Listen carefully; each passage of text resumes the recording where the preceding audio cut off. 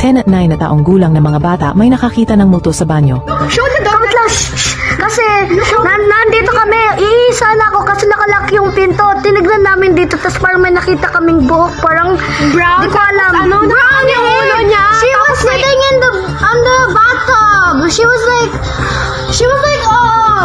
What do you call that? Video.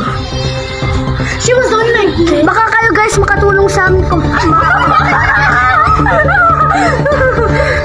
Show them that the door is locked. Okay, Chad. Did the door shut? Sorry. Guys, there's something scary here. You know that the door is locked. Yeah, because the camera's bad. Open the lights. Okay, pull. Put it. Okay. Guys, Wait. I'm gonna check it. wait, How did... put it here. It's in a bathtub. It's locked. Put it here. Okay, guys. Ito yung nakakatakot, guys. Di ba nakalock, guys? Ilagay mo lang yung fingernail mo sa loob. Pag nilagay mo, tingnan mo to. Oh, nakakatakot to. Nabubuksan na. Nakabukas. Yung pintana yan. Nakabukas.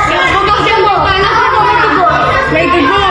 Pagbukas ng pinto may nakita silang dugo sa lababo at fingerprints sa bintana. May dugo dyan.